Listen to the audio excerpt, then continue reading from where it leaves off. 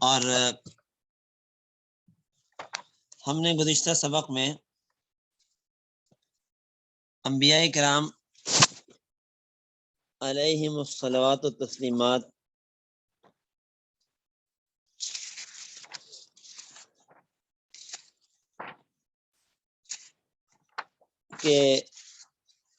کا تذکرہ اور ان کی قوموں کا تذکرہ اور ان کے رہنے کے مقامات کا ذکر شروع کیا تھا۔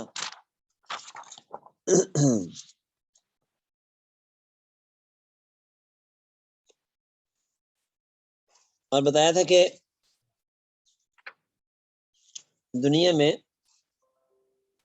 بڑی بڑی اقوام میں جن کا ذکر قرآن نے کیا ہے قوم نوح ہے، اور اس کے بعد قوم عاد اور قوم ثمود ہے۔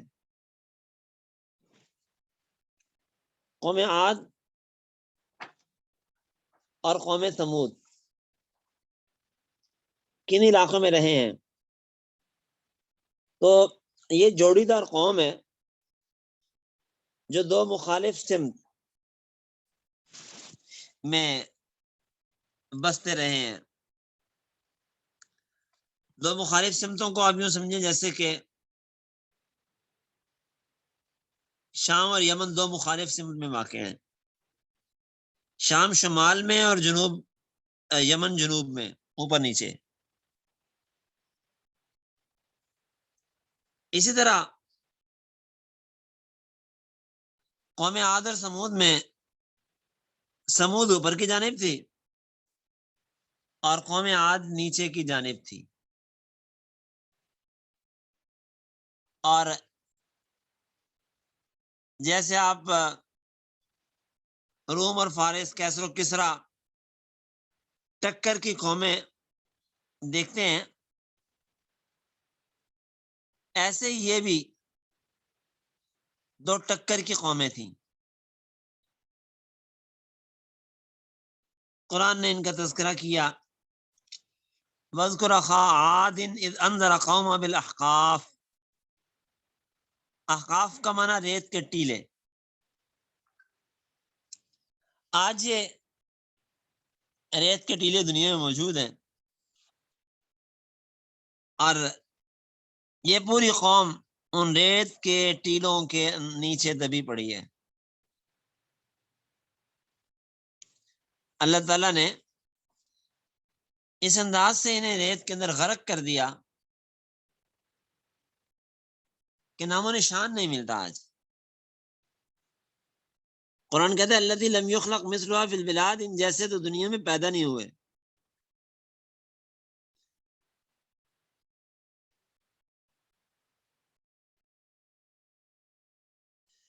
ایک 1000 ستونوں والا شہر، بے مثال شہر کہلاتا تھا، آج ریت کے ٹیلوں کے نیچے دبا ہوا ہے۔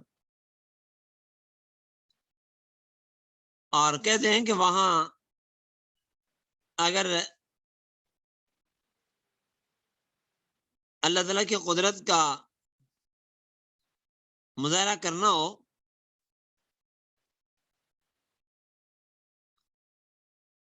تو وہاں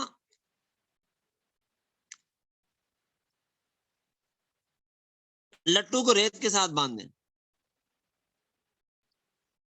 اور اس کی ڈوری ہاتھ میں تھامے رکھیں، تو تھوڑی ہی دیر میں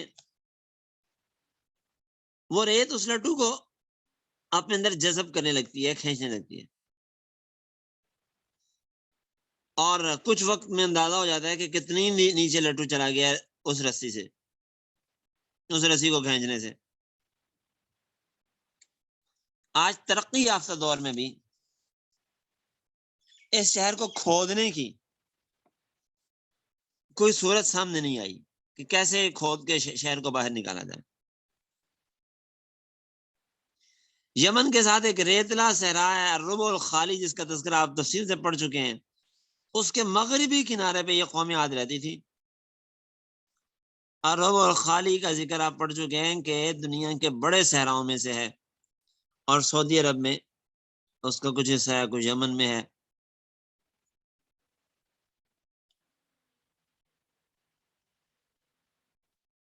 تو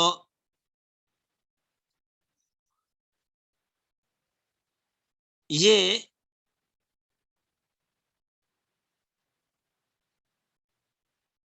اللہ تعالیٰ کی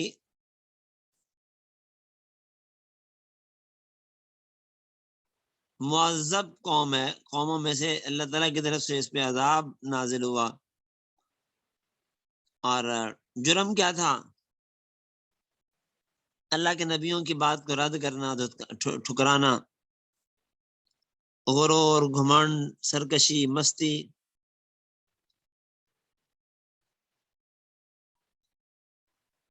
اسی علاقے میں آج شداد کی جنت بھی ہے، لیکن کہاں ہے کسی کو کچھ پتا نہیں. دنیا میں ہی ہے. آج سائنس اور جغرافیے کے اس قدر ترقی یافتہ ہونے کے باوجود ان کی کھوج میں انسان نہیں پہنچ سکا، ان کی کھوج سے انسان ان تک نہیں پہنچ سکا.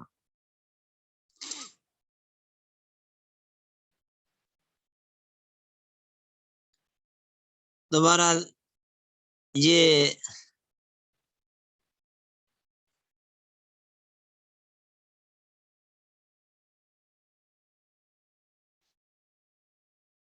صنعاء اور حضرت موت کے درمیان شہر تھا جو شداد ابن عاد نے تعمیر کیا تھا. ماہرین ارض القرآن نے اسی بات کو ترجیح دی ہے کہ صنعاء اور حضرت موت کے درمیان میں تھا.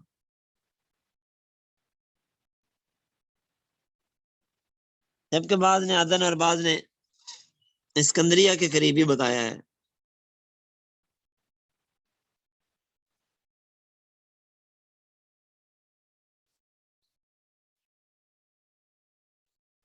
معذب قوموں میں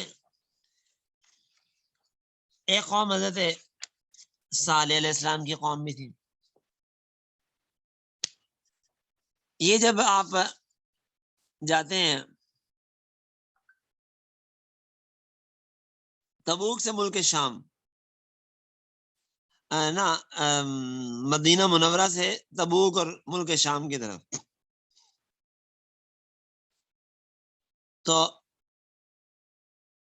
درمیان میں جگہ آتی ہے. ہم نکلے تھے مدینہ منورہ سے فجر کی نماز سے پہلے سحری کے وقت.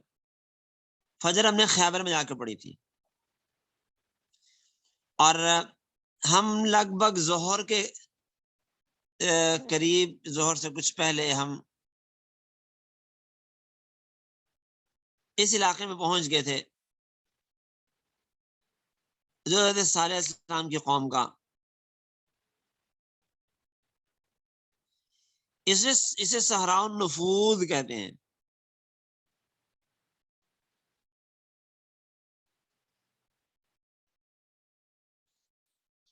اور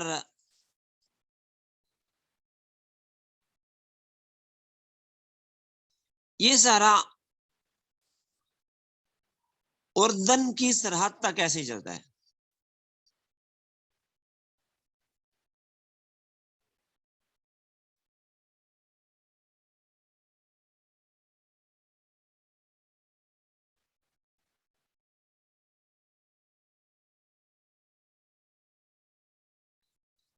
بہرحال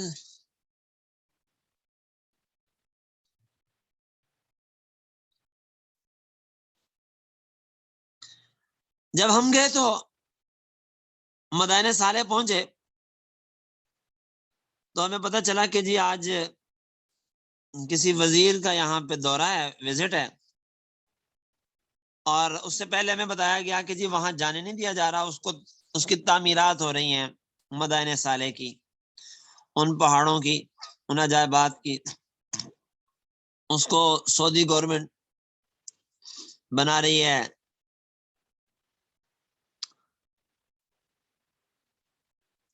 سیر و سیاحت کی جگہ بنا رہی ہے. اور ابھی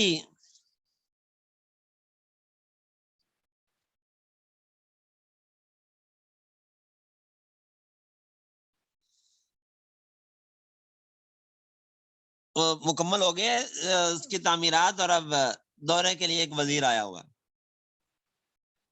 یہ ہمارا سفر ہوا تھا کرونا کے آنے سے کوئی 2-3 ماہ پہلے، یا 3-4 ماہ پہلے تقریباً. تو سعودی گورنمنٹ پہلے ان چیزوں کی طرف توجہ نہیں دیتی تھی. ابھی انہوں نے ان جگہوں کو تیار کر کے روزگار کا ذریعہ بنانے کا پروگرام بنایا ہوا. اس لیے کہ بات معروف ہے کہ سعودیہ میں تیل کے خزانے ختم ہو رہے ہیں آہستہ آہستہ، اور ٹیکسز جو دے رہے ہیں امریکہ کو اپنی حفاظت کا، اسرائیل کو، وہ بہت زیادہ ہیں. تو جو اللہ نے نعمتیں دی تھیں ان کی قدر نہیں کی، اب وہ ختم ہو رہی ہیں. اس لیے ابھی اس قسم کے ذرائع سے، طریقوں سے وہ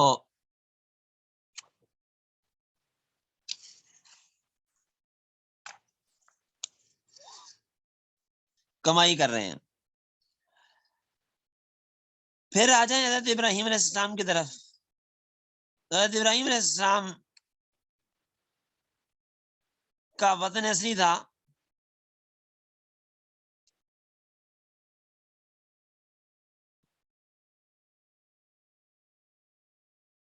اوور نامی شہر. یہ کوفہ کے قریب دریائے فرات کے مغربی ساحل پر ہے، اور یہاں کے لوگ عربی الاصل تھے، اصلاً عربی تھے.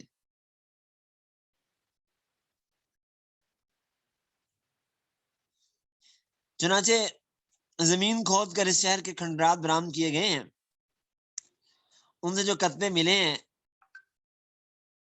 ان سے شہر سے متعلق، حضرت ابراہیم علیہ السلام کے خاندان اور وہاں کے باشندوں سے متعلق بہت سی دینی اور اجتماعی حالات سے متعلق باتیں سامنے آئی ہیں، جس سے یہی پتہ چلتا ہے کہ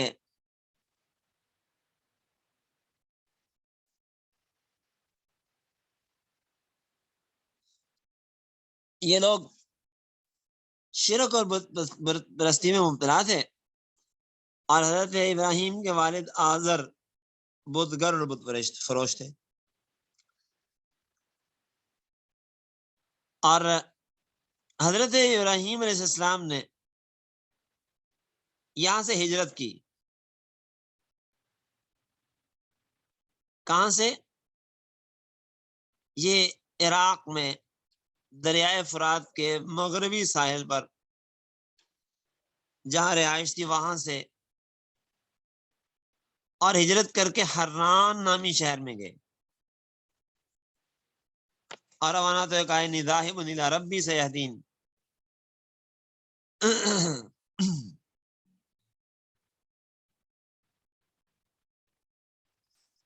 اور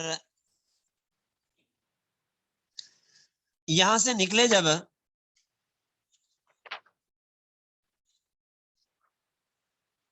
تو ساتھ آپ کے بھتیجے حضرت لوط علیہ السلام تھے. وہ بحیرہ میت کے قریب سدوم نامی بستی تھی، وہاں ٹھہر گئے.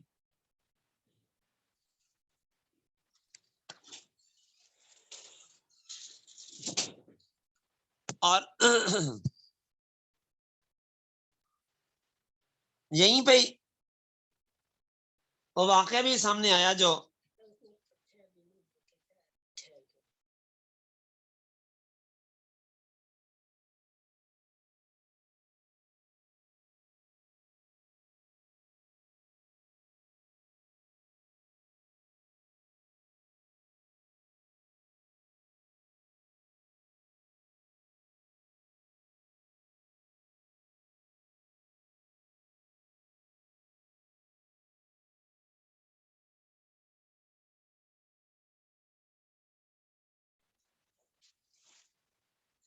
یہی راستے میں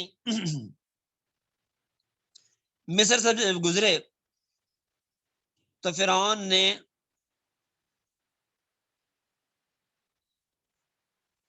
حضرت ابراہیم علیہ السلام کی بیوی ہاجرہ پر بری نیت رکھی، جس پر حضرت ابراہیم علیہ السلام نے اللہ سے دعا کی تو اللہ تبارک و تعالی نے ہاجرہ کی حفاظت فرمائی۔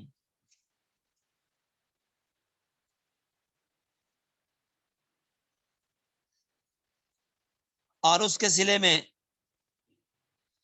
فرعون نے خوش ہو کر، جو بھی اس زمانے کا فرعون تھا، بات بتا چکا ہوں پہلے میں کہ مصر کے ہر بادشاہ کا لقب فرعون ہوتا تھا، اپنی بیٹی حضرت ابراہیم کے نکاح میں دی، جس کا نام تھا ہاجرہ۔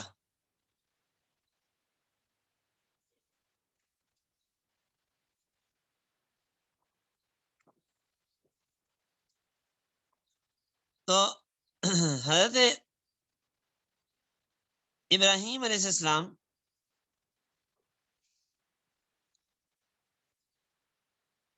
کی اس بیوی حضرت سارہ سے حضرت اسحاق پیدا ہوئے،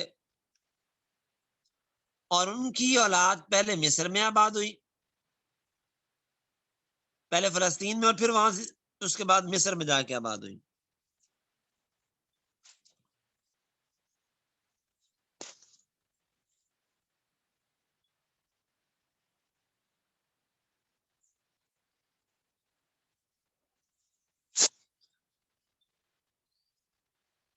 اور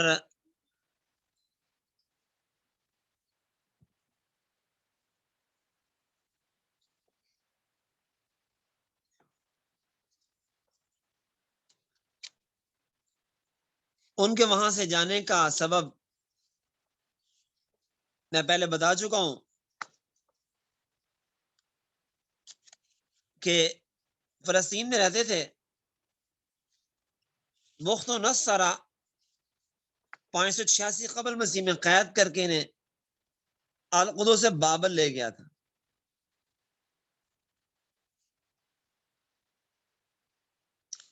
اور حضرت اسماعیل علیہ السلام تو مکہ مکرمہ میں رہے، اور حضرت اسحاق کے بیٹے یعقوب تھے، تو یعقوب اور ان کی اولاد مصر میں جا بسی حضرت یوسف اسلام کے ساتھ۔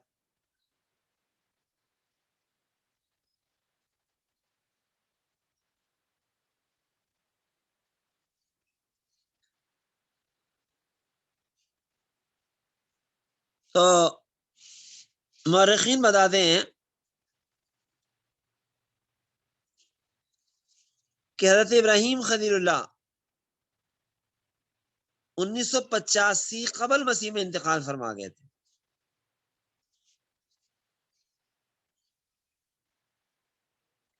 اور یہ لوگ 586 قبل مسیح میں غلام بنا کر ذلت کے ساتھ بابل لے جائے گئے تھے، بنی اسرائیل۔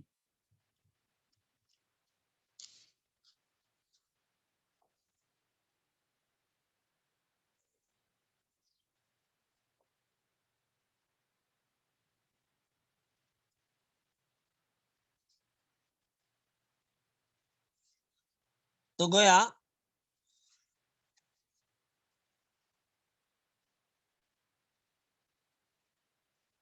یہ جو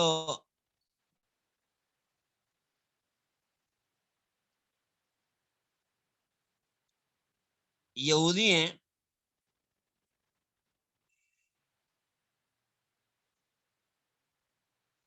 یہ اس وقت سے ذلیل ہو رہے تھے، بخت نصرہ کے زمانے سے،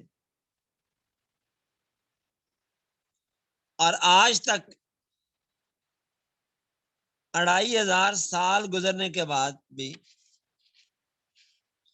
یہ ذلیل ہی ہیں کہ 2588 سال ہو گئے اس کتاب کے مطابق بخت نصرہ کے واقعے کو۔ لیکن دیکھنے کی بات یہ ہے کہ آج بھی یہودیوں نے بخت نصرہ کی یلغار کو بھلایا نہیں ہے، اور آج بھی وہ اسی پہلے دن والے غم کو یاد رکھے وہ اور القدس پہ پورے طور پر قبضہ کرنا چاہتے ہیں۔ لیکن بقول صاحب کہ ہم 50 سال کے اندر یہ القدس کی مبارک وزارت کو فراموش کر چکے ہیں۔ بہرحال تو پھر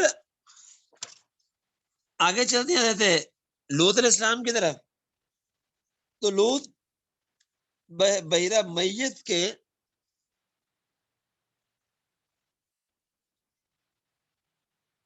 کنارے رہنے والی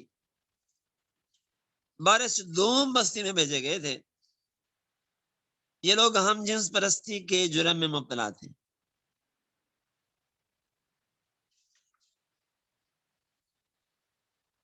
اور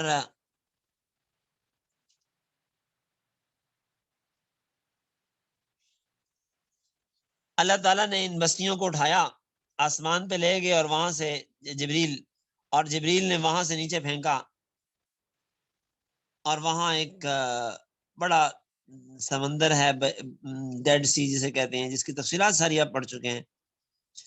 سدوم اور عمورہ نامی بستیاں تھیں جو وہاں پہ تباہ ہوئی، اور ایک سوغر نامی بستی تھی، 3 بستیاں تھیں، 4 لاکھ کی آبادی تھی، 12 لاکھ کی آبادی پہ مشتمل یہ 3 شہروں کو اٹھایا اور آسمان کے قریب لے جا کے پھر الٹا کر دیا۔ سوغر نامی وہ بستی تھی، یہاں سے لوط علیہ السلام کو اللہ تعالیٰ نے صبح سویرے ہجرت کرنے کا حکم دیا تھا۔ یہ اردن کی حدود میں آتی ہے۔ سوغر اس بحیرے کے دائیں طرف ہے، اور سدوم اور عمورہ یہ بائیں طرف ہے۔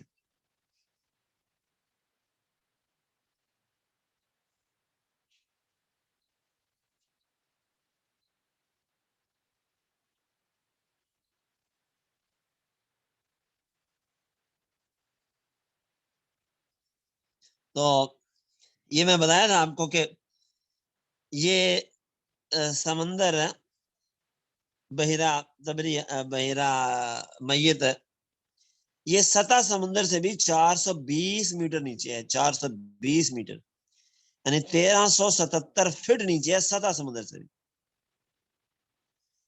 جب اردن کی سرحد پہ آدمی پہنچ کر اس کی طرف جانا شروع کرے نا، تو ایسے اترائی محسوس ہوتی ہے جیسے جہاز زمین پر اتر رہا ہو۔ تو ادنل ارض قرآن پاک میں جو ہے نا، محققین نے اسی زمین کو کہا ہے، یعنی ادنل ارض کا مصداق ہے یہ سورہ روم کے شروع میں۔ اور ماہرین کہتے ہیں کہ فارس نے روم کو اس نشیبی زمین میں شکست دی تھی، یعنی آج کے اردن میں۔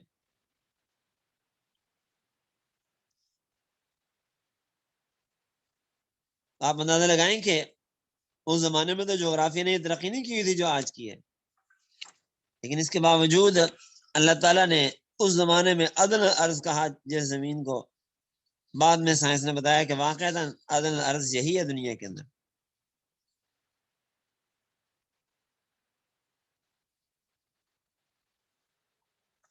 تو پانی اس کا کھارا ہے، میٹھے پانی کے دریا آتے ہیں اور یہودیوں سے اپنی طرف پھیرتے ہیں۔ ساری باتیں میں بڑی تفصیل سے آپ کو اس سمندر کی بتا چکا ہوں، بحر میت کی۔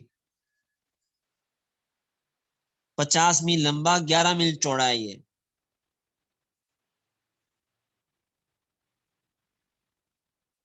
اور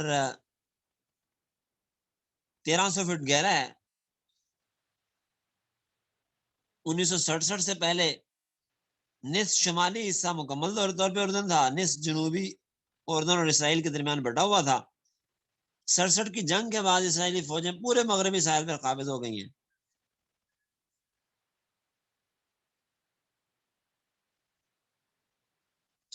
اور یہ پورے طور پہ خشکی کے اندر ہے، گھرا ہوا، اس کا کسی سمندر سے کوئی رابطہ نہیں ہے، اس اعتبار سے اس کو جھیل کہنا ہی زیادہ مناسب ہے۔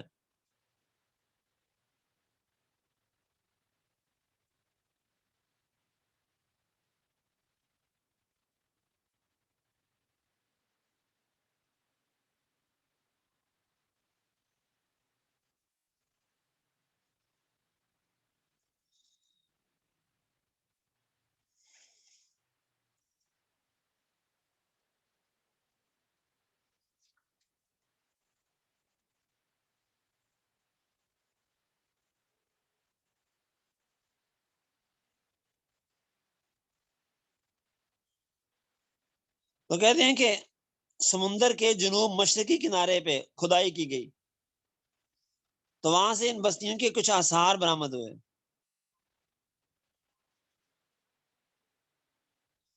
تو اس بنیاد پر محقق عبد الوہاب النجار نے یہ رائے ظاہر کی کہ یہ سمندر تھا نہیں، جب اللہ تعالیٰ نے بستیوں کو الٹا نہ اٹھا کے تو اس سے یہ پانی نیچے سے نکل آیا، ورنہ پہلے یہاں پہ کوئی سمندر تھا نہیں۔ اور یہ بات عقل میں بھی آتی ہے۔ اور پھر دوسری بات یہ ہے کہ اس سمندر کا پانی عام سمندروں کے مقابلے میں بہت بھاری اور نمکیات بہت زیادہ ہیں، یعنی بحر میت میں نمکیات کا تناسب 23 سے 25% ہے، جبکہ عام سمندروں میں 4 سے 6% ہوتا ہے۔ اور جو لوگ اس میں نہاتے ہیں ان کو اپنے جسم سے ان کیمیاوی اجزاء کو چھڑانے میں بڑی محنت کرنی پڑتی ہے۔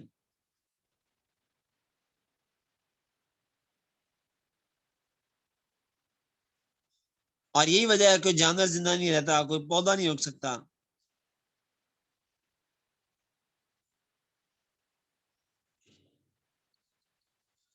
تو بہرحال یہ ڈیڈ سی میں نے آپ کو دکھا بھی دی تھی، اس کی تصاویر بھی،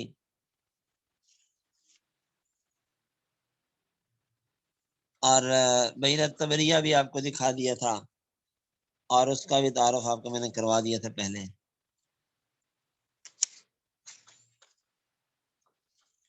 تو یہ تصاویر میں کچھ اہم تصاویر ہیں جو جن پہ ذرا ایک نظر ڈالیں تو اچھا ہے۔ آپ کی کتاب میں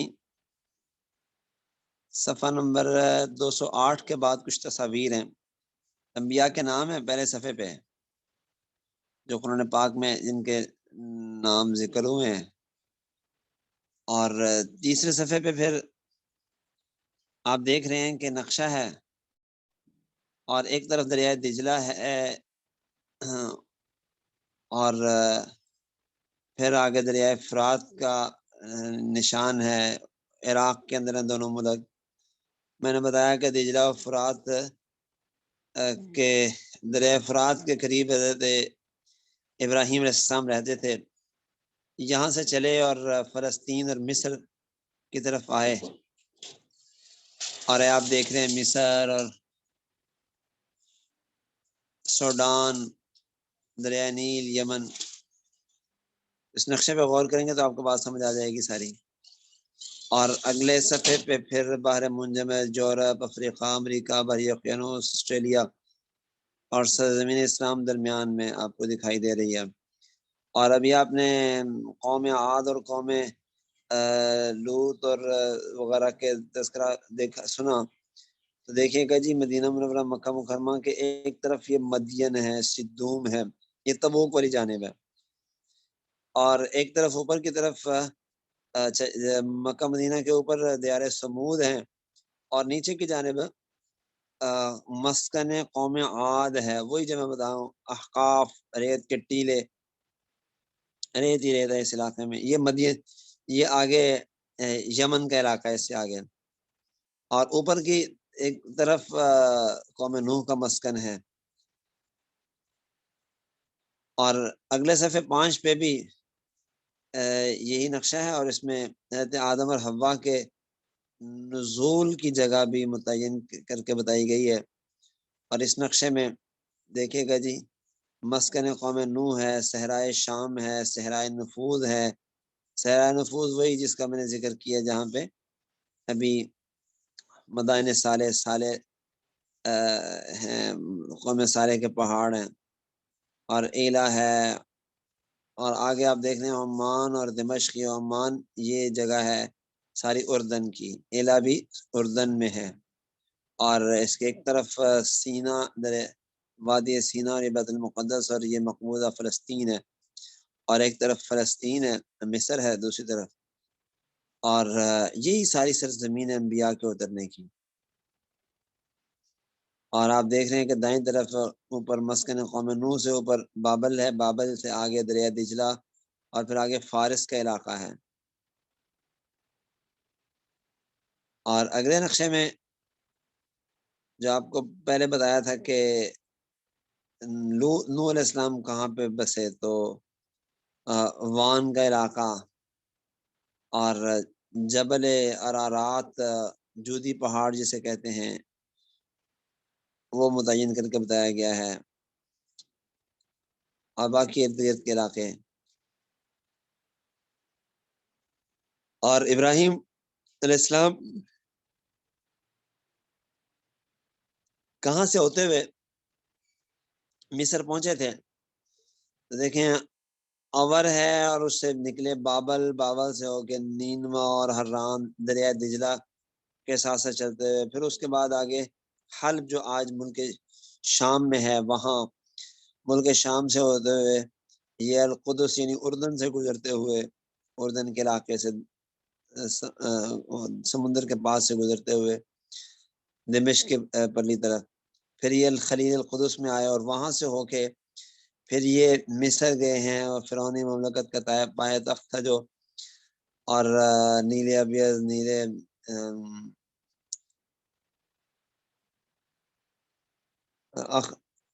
اخضر، تو یہ آپ دیکھ رہے ہیں، اور یہاں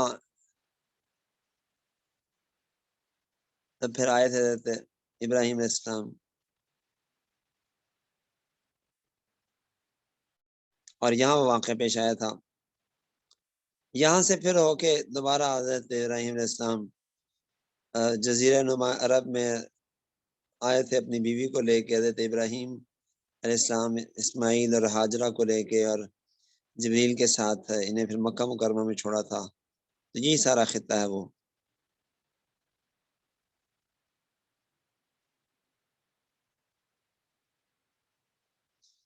اور کہتے ہیں ترکی میں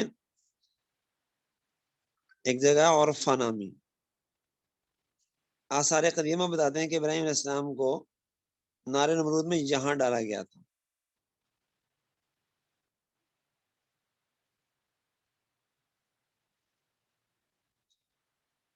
یہاں پہاڑ ہے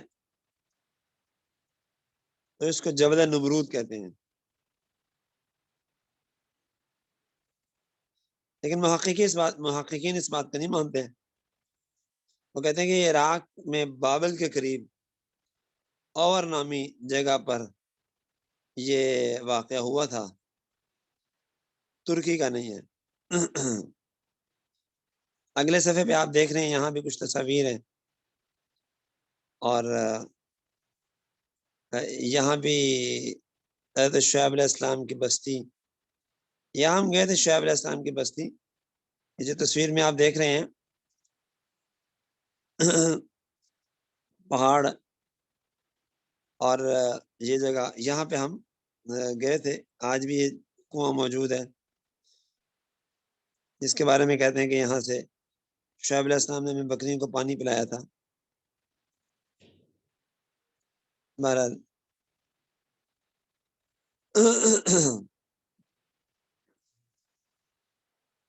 یہ تبوک شہر سے فاصلے پہ ہے، کوئی 100-150 کلومیٹر کے فاصلے پہ۔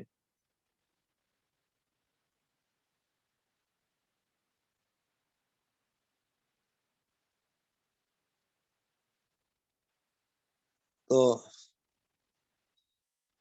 اسی پہ اکتفا کرتے ہیں، ہادہ المرام ابھی حاضر قدیم کو تو جاؤں